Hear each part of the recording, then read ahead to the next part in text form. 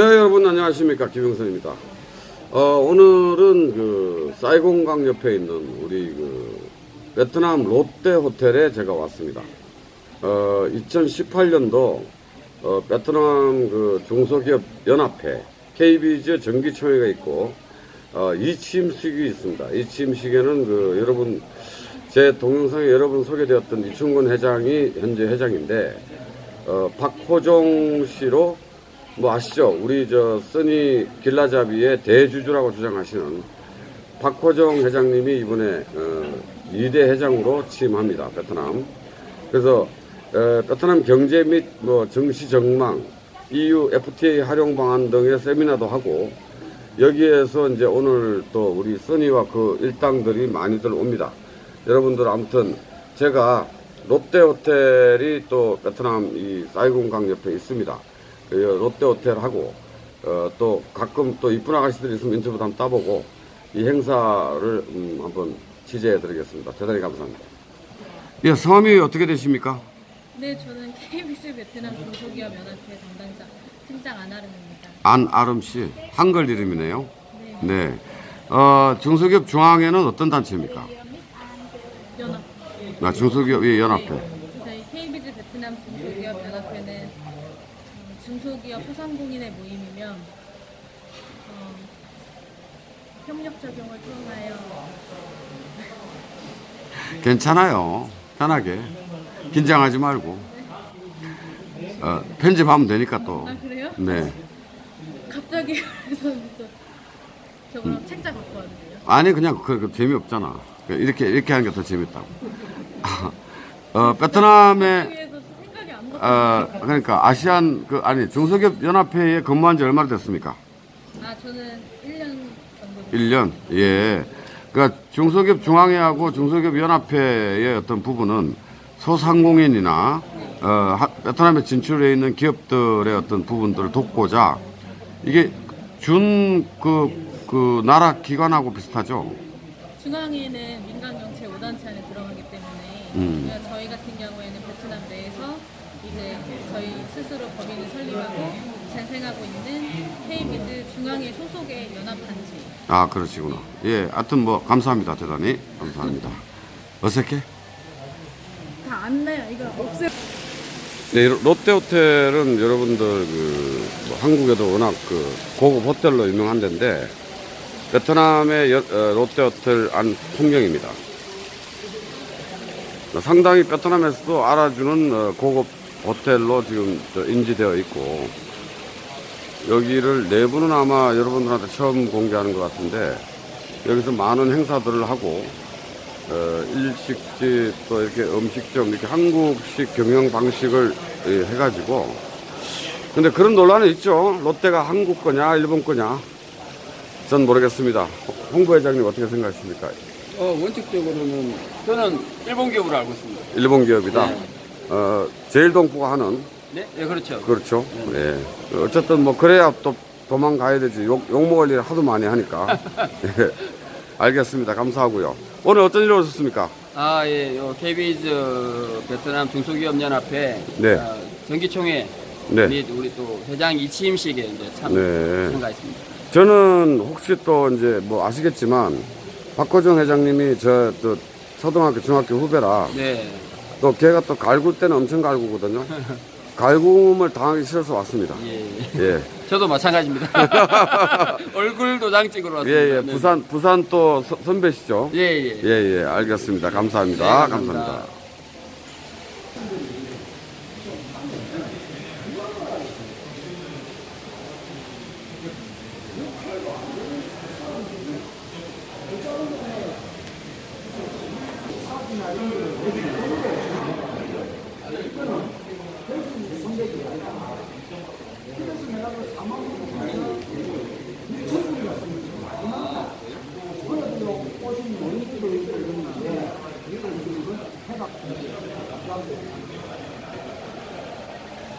있는데 어느 정도 좀뭐 이런 거 그런 거를 이제 좀 네가 그것 때문에 당신 부회장을 시킨 거예요.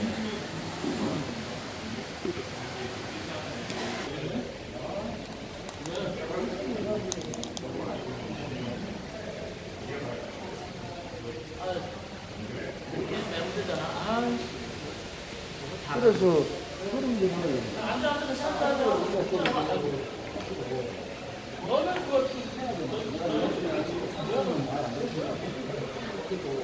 아니 이거 지난번에 골프 대회 때도 그걸 안 찍어놨다 그래가지고 제대로 안 됐다 그래가지고 내가 지금 이거는 누구야 우리 대주주가 이번에 회장으로 취임하시니까 제대로 찍어드려야지.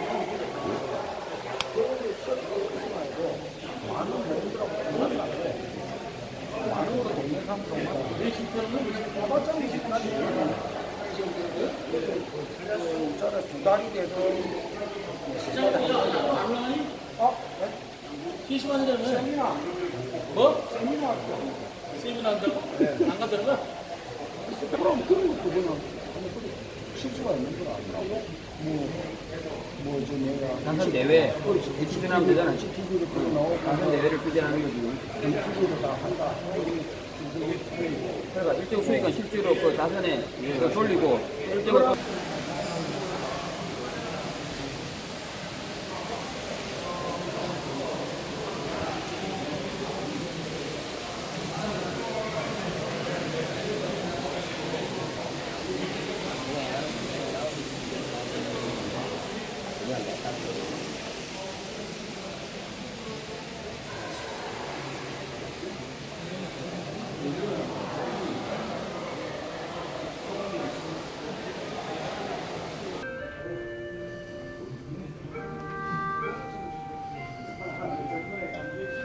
아, 그럼 또 뭐, 그 키입이 난 거 와가지고.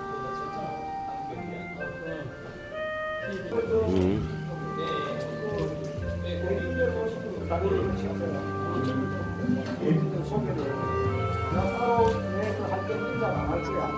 뭐라는? 계획이 민대로 우리가 할 테니까 예비 소개하고 싹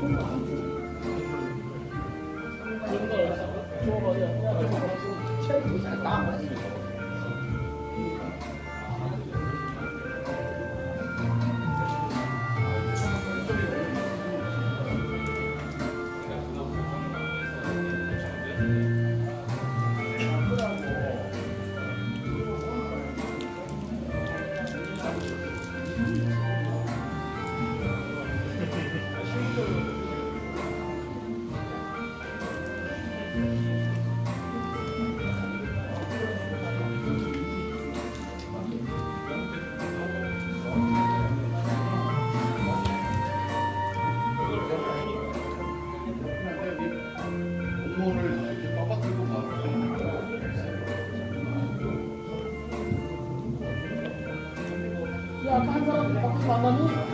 누가? 아까 밖에서 만났어? 한 사람 만났냐고. 네, 오셨어요. 나경주 씨. 그래, 누가 좀 잖아. 아, 인사했어. 할 수도 있어. 시키면 줘. 후보에 오신 분을 어떻게 알고 있어요? 가입한대. 하면 되지. 무슨 했어.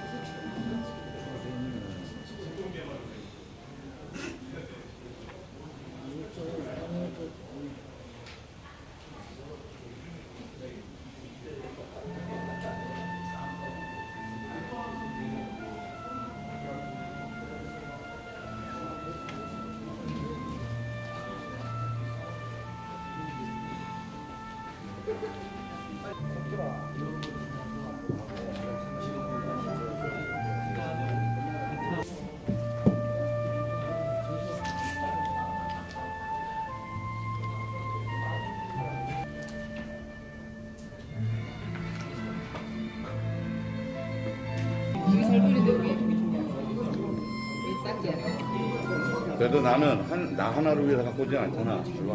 김남진 소장님께서 강의해 주시도록 하겠습니다. 박수로 부탁드립니다.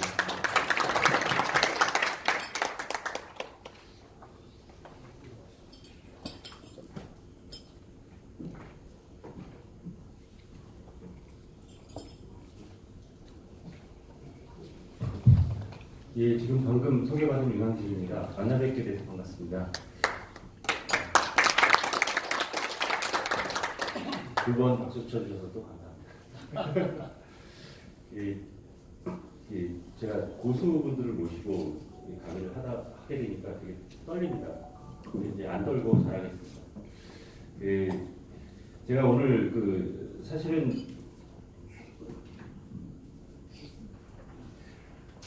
제가 이 모임을 사실 잘 몰랐습니다. 근데 몇 주 전에 이제 여기 총회가 있는데 회의에서 총회가 있는데 와서 간단하게 뭐 얘기를 좀 해달라고 해서 무슨 말씀을 드려야 될지 좀 고민됐었습니다. 사실은 저는 소속이 아무래도 금융 쪽이다 보니까 여기 지금 중소기업연합회 이 분들은 해드리는 게 뭐 이렇게 심심풀이로 들으시면 좀 좋지 않을까 그런 생각을 했습니다. 그래서 제가 그 얘기를 좀 가볍게 드리겠습니다. 그 본문을 들어가기 전에 저희 회사를 간단히 소개를 드리겠습니다. 저희 회사는 그 베트남에 2006년에 사무소로 진출을 했습니다. 그때 여기 아마 그때 한국에 계셨었으면 기억을 하실 텐데 당시에 그 베트남 펀드를 최초에 이제 만들어서 팔았습니다. 그러면서 이제 저희가 2006년에 여기 사무소로 진출을 했고요.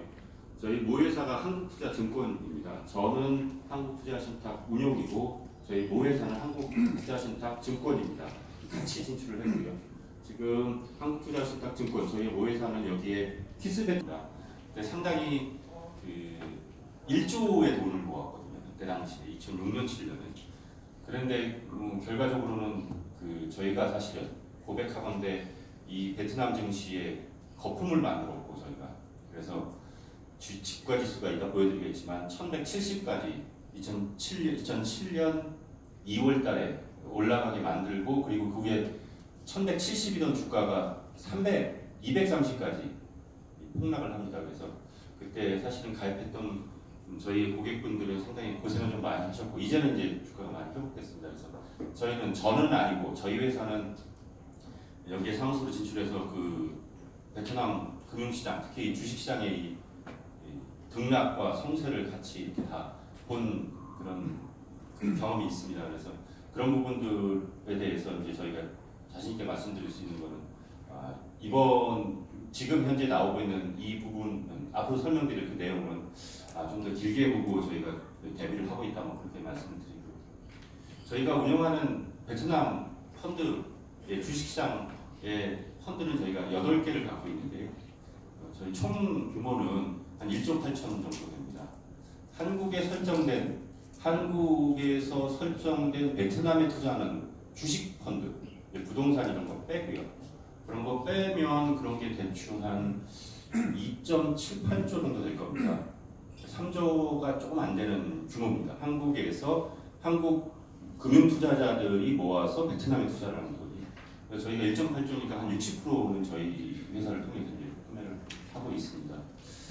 그래서 이제 그런 상황에서 지금 이제 앞에 이 내용을 이제 말씀을 드리겠습니다. 참 저는 부임한 지는 이제 3달 됐습니다. 3달 됐는데 올해 초에 부임을 했습니다. 근데 출장을 베트남으로 저희가 베트남을 이제 분석을 하면서 베트남에 출장을 오기 시작한 건 2008년부터 왔습니다. 그러니까 10년을 출장을 다니다가 이제 3개월 부임 살러 여기 왔습니다. 그래서 여기 다 계신 분들은 다 저희 계시는 걸로 선배님들이신데 잘 모시도록 하겠습니다. 경제 전망을 먼저 말씀을 드리면 사실 이 내용은 워낙 다른 데서 많이 이렇게 접하신 내용들이라 굳이 이렇게 길게 설명을 안 해도 될 것 같습니다. 그래서 이 부분은 좀 빨리 설명을 드리도록 하겠습니다. 베트남의 경제는 여기 계신 분들이 다 참여를 하고 계시지만 상당히 매력적인 경제다라고 저희는 보고 있습니다. GDP 성장률이 아세안에서 제일 높은 편에 속하게 되고요. 그리고 최근 5년 동안에 GDP 성장률이 꾸준히 6%를 넘어서는 국가는 이 동네에서 제가 알기로 베트남까지 3개가 있는 걸로 알고 있습니다. 하나는 인도고요. 인도가 7%에서 8% 성장을 하고 있고 필리핀이 7%대를 하고 있습니다. 그리고 베트남이 이제 6%대고 올해 1분기 GDP가 7.3%가 굉장히 높게 나왔죠. 그래서 저희는 생각하건대 베트남의 경제는 6%대 성장에서 7%대를 유지하면서 향후 5년 이상 성장할 거다라고 보고 있습니다. 이렇게 말씀드리는 거는 다른 뭐 예를 들면 IMF나 ADB나 아세안개발은행이나 아니면 다른 많은 모든 국가들이 대부분 비슷하게 기관들이 비슷하게 전망을 하고 있습니다. 근데 그래서 우리를 쫓아서 전망을 하는 거냐 그런 건 아니고요. 저희가 보는 거는 구조적인 부분이 달라졌기 때문에 그렇다라고 저희는 보고 있습니다. 그래서 조금 이따 다시 그 구조적인 부분은 다시 한번 말씀을 드리겠습니다. 어쨌든 성장은 6%대, 7%대 최소한 5년 동안은 성장을 할 수 있을 거다라고 보고 있고 성장의 동력은 해외에서 들어오는 FDI와 수출이다라고 저희는 보고 있습니다.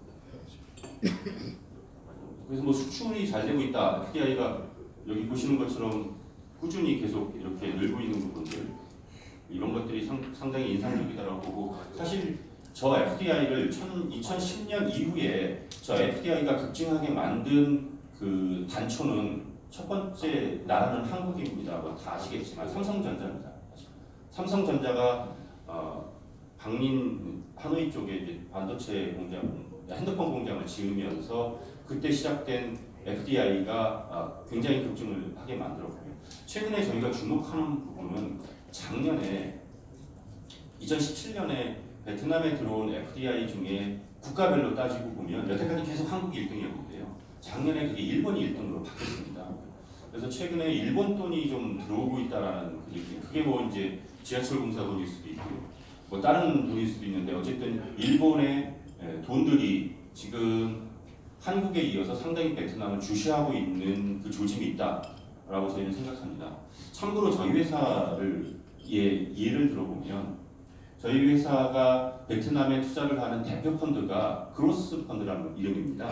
한국 투자 베트남 그로스 펀드인데 이건 한국 돈이죠. 다 한국 분들이 이제 이렇게 투자를 하는 건데 작년 말에 그 연락이 왔어요. 일본에서 그 펀드가 잘 나간다는데 뭐 연 뭐 한 50%씩 수익률이 50%를 기록하고 있다는데 이거 관심 있다. 이것 좀 와서 설명해달라. 일본 사람들이 그러더라고요. 그래서 저희가 일본에 가서 일본의 도쿄마린이라는 운용사 보험 이제 해상 보험을 하는 회사인데 거기랑 노무라 증권 일본의 제일 큰 증권사입니다. 거기한테 이렇게 그 설명을 했더니 야 이거 좀 돈이 좀 되겠다. 이거 좀 한번 우리 같이 해보자라고 해서 저희가 펀드를 일본에 지금 수출하고 있습니다. 그러니까 저희 펀드를 일본에 팔아서 일본 돈들이 베트남에 들어오는 거죠. 그러니까 그만큼 이 얘기는 뭐 저희 자랑이 아니라 일본 사람들이 그만큼 베트남에 최근에 상당히 관심을 많이 보이고 있다라는 얘기입니다. 그래서 앞으로 이 FDI 부분은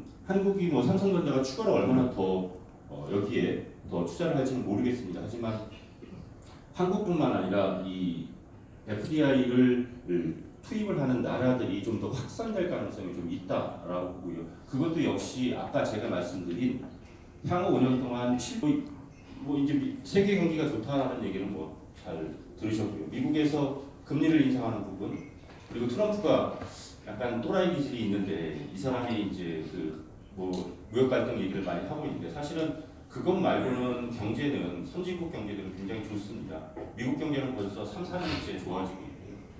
유럽 경제도 지금 금리를 올리겠다라고 유럽 중앙은행이 얘기를 하고 있거든요.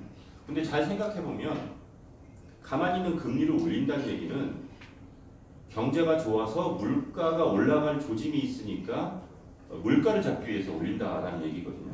그러니까 금리를 올린다는 얘기는 그만큼 경기가 좋아지고 있다는 얘기입니다.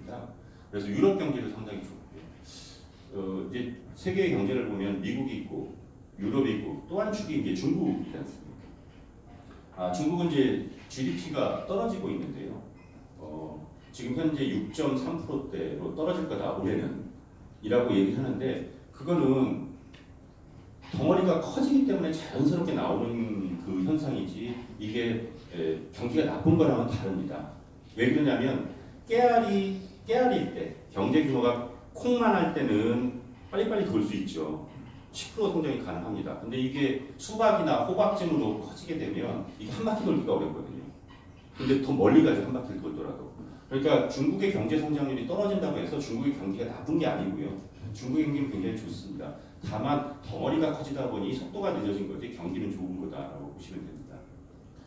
참고로 저는 2008년부터 중국도 같이 커버를 했거든요. 2008년부터 중국을 출장을 다니고 베트남도 출장을 다니면서 이제 비교를 해보면 베트남이 중국을 많이 쫓아가는 거다라고 보는데 최근 들어서 보면 제 생각에 좀 이거 틀린 것도 같다. 왜냐하면 중국을 쫓아가는 게 아니고요. 중국이랑 좀 다른 부분들을 좀 많이 또 이들의 물가력이 있는 거고 그 얘기는 경기가 좋은 거다라고 거꾸로 얘기하시는 거예요. 세계 경제는 좋고 그것이 베트남 경제 전반에 긍정적인 효과를 미치고 있다라고 보고 있고 다 아시겠지만 중국하고 미국이 철강의 무역 마찰이 많지 않습니까? 그것도 여러 사람들이 분석한 것과 마찬가지로 저희도 그거는 베트남에 오히려 반사적인 효과를 볼 수 있다. 본다라고 보고 있습니다. 왜냐하면 포스코나 한국의 많은 기업들 또는 일본의 많은 철강사들이 중국에서 생산하는 것을 피해서 베트남으로 생산기지를 이전할 수 있고요. 여기에 있는 그 베트남이 설령 무역 마찰에 껴있다 하더라도 여기에 상장되어 있는 베트남의 제일 큰 호아팟이라는 그 철강사는 미국에 대한 수출 비중이 높지가 않습니다. 2%가 안 될 거예요. 저희가 분석해보니까. 그래서 직접적인 그 중미 간의 무역 마찰이 베트남에 직접적인 효과를 가져오지는 않을 거다라고 보고 있습니다. 그래서 세계 경제는 우호적이다라고 보고 있고 여러 가지 뭐 이렇게 얘기가 있습니다. 이 표는 복잡하니까 그냥 자료로 대체하겠습니다. 워낙 많이 보신 거라 뭐 이거를 굳이 설명할 필요는 없을 것 같습니다. 그래서 경제 얘기는 그렇고요. 그 유동성 부분인데요. 돈이 얼마나 풀리느냐 부분인데 지금 베트남 정부의 통화 정책, 돈을 푸는 정책은 저희는 중립적이다라고 보고 있습니다. 이 중립적이다라고 하는 것은 긴축은 아닙니다. 긴축은 아니고 다만 2013년, 14년, 15년에 펌프질을 금리를 급격히 떨어뜨리면서 시장에 경제에 돈을 막 쏟아부었을 때에 비해서는 중립적이다라고 보고 있습니다. 작년에 베트남에서 신용이 그러니까 은행 대출이나 이런 것들의 증가율이 15.5%가 늘었습니다. 작년에. 근데 올해 정부가 베트남 정부가 올해 돈을 미국이 금리를 올리면 베트남도 금리가 올라가는 거 아니냐, 환율이 불안해지는 거 아니냐, 뭐 이런 걱정을 하시잖아요. 근데 금리를 이론적으로 보면 미국이 금리를 올리면 여기에 투자돼 있던 해외의 자금들이 해외에서 조달해서 돈이 여기로 들어왔을 텐데 해외에서 조달되는 금리가 올라가니까 여기서는 돈을 가지고 나가지 않겠느냐. 그러면 현지의 금리가 올라가고 환율도 동화 환율도 약세로 가지 않겠느냐. 이게 이제 가장 큰 걱정이죠. 근데 제가 가만히 이렇게 논리적으로는 맞아요. 그게 맞는데 제가 가만히 이렇게 뜯어보니까 현실적으로는 그렇지 않더라고요. 왜 그러냐면 베트남에 투자된 돈의 성격을 이렇게 보면요. 아까 FDI 같은 경우는 금리와 거의 큰 관계 없이 들어오는 거지 않습니까? 그래서 그러면 돈이 나가는 미국의 금리가 올라가서 돈이 나가는 거는 주식 시장에 투자된 그 주식을 사는 돈은 금리에 크게 영향을 받지 않습니다. 크게 영향을 안 받고요. 그럼 그 돈도 아니고 그러면 해외의 금융기관들이 베트남에 빌려준 돈, 해외 은행들이 빌려준 돈이나 아니면 채권을 산 돈, 여기 국채를 산 돈들 이런 것들은 조금 금리에 민감합니다. 근데 그럼 그런 돈들이 얼마나 많은가를 제가 한번 추측을 해봤어요. 근데 아이러니하게도 베트남은 국가신용등급이 투기등급이지 않습니까? BB이지 않습니까? 글로벌리 투자 안 돼요.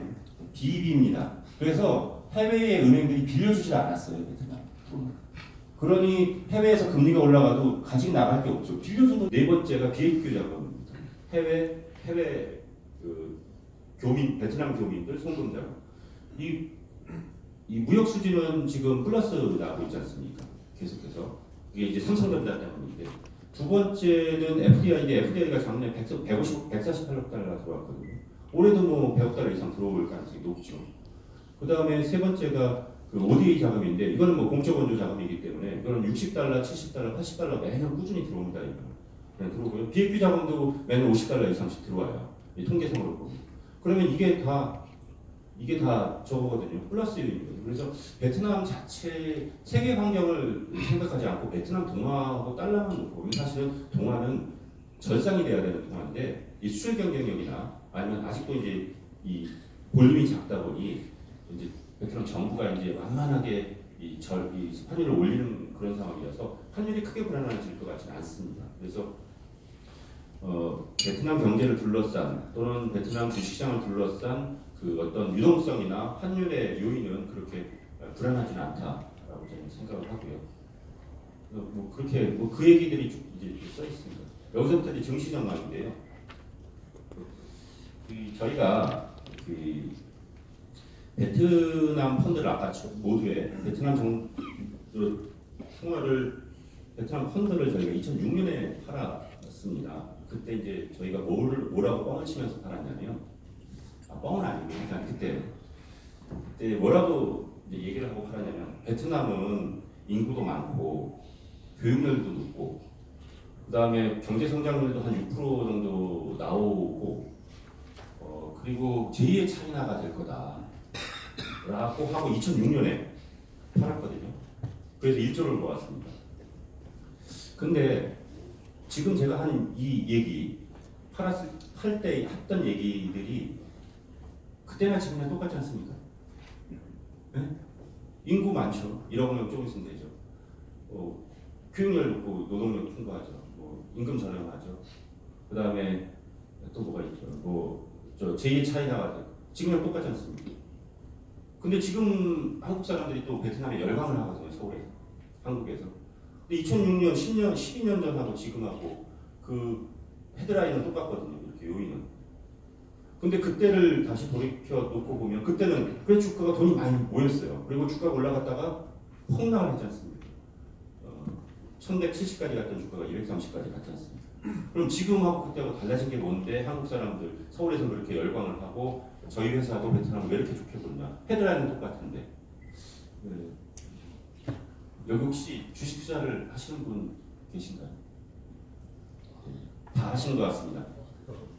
끄떡끄떡 다 끄떡거리셨습니다. 다. 제 말이 맞지 않습니까? 똑같지 않습니까? 그럼 뭐가 차이가 나나를 곰곰이 생각해야 되는데 그때는 저도 그때 뭐 관련이 있었지만 2008년부터 제가 얘기를 했으니까 그때는 동사가 제2의 차이나의 뒤에 붙는 동사 있지 않습니까? 한국말에 제2의 차이나가 될 것 같아. 그 다음에 교육열이 우수한 것 같아. 그러니까 추측이었다는 거죠. 시간이 걸리는 거를 망각을 한 거예요. 변화가 있을 것 같은데였어요. 근데 지금은 어떤 상황이냐면 제2의 차이나가 되고 있어. 좀 확정적으로 바뀌었다는 거죠. 요인은 똑같습니다. 요인은 똑같은데 그 가능성 면에서 지금 훨씬 100%에 가까워진 그 숫자로 나타난다는 거죠. 그럼 뭐가 바뀌었길래 그 확신을 갖느냐 우리가 라는 거죠. 그 뭔가가 중요한 거거든요. 그게 이제 앞에서 말씀드린 경제를 장기적으로 5년, 10년 좋게 보는 근거가 되고요. 여기서 말씀드린 주식시장에서도 좋게 보는 근거가 가장 강력한 근거입니다. 그게 뭐냐면 사실은 베트남이 잘해서 된 건 아니에요. 이 변화가 베트남이 잘해서 된 건 아닙니다. 베트남이 복이 많게도 베트남이라는 어떤 나라와 국민과 정부가 복이 많게도 중국에 붙어 있어서 혜택을 받는 겁니다. 사실 저는 그렇게 생각해요.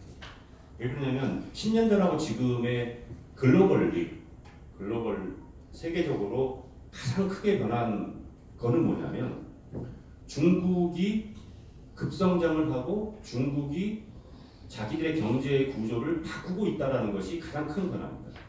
세계적으로. 10년 전에는 중국이 WTO를 가입을 해서 공장의 역할을 했어요. 그래서 모든 원자재, 한국, 일본, 뭐 유럽 이런 데서 모든 부품과 원자재가 다 중국으로 들어갔죠. 그리고 중국이 조립 공장을 했죠. 조립 공장을 하고 그거를 팔았지 않습니까? 미국, 유럽으로 파는 그런 구조였어요. 그래서 우리도 중국에 지리적으로 가깝고 이 관계가 좋아서 많이 팔아서 우리도 급선장을 해서 중국 덕에. 그게 2006년의 스토리입니다. 그때 중국은 GDP가 얼마인지 혹시 기억나시나요? 중국의 GDP는 12%가 넘었었습니다. 근데 베트남의 GDP는 그때 얼마였는지 아세요? 6%입니다. 어떻게 중국, 베트남이 제2의 차이나가 되나요? 중국은 그때 당시 12%씩 올라가고 있는데 베트남은 6%씩 가는데 갈수록 격차가 벌어지는데 제2의 차이나가 되나요? 안 되죠. 지금은 어떤 상황이냐? 시진핑이 등극을 해서 이제 시진핑이 등극을 한 지 이제 4년 됐고요. 사실은 그 전 주석인 후진타오부터 그 변화는 있었는데 대체적으로 2015년, 14년, 이때부터 13년, 이때부터 중국에서 변화가 있어요. 그 변화는 뭐냐면 중국이 이제 먹고 살만 하니까 어떻게 변하냐?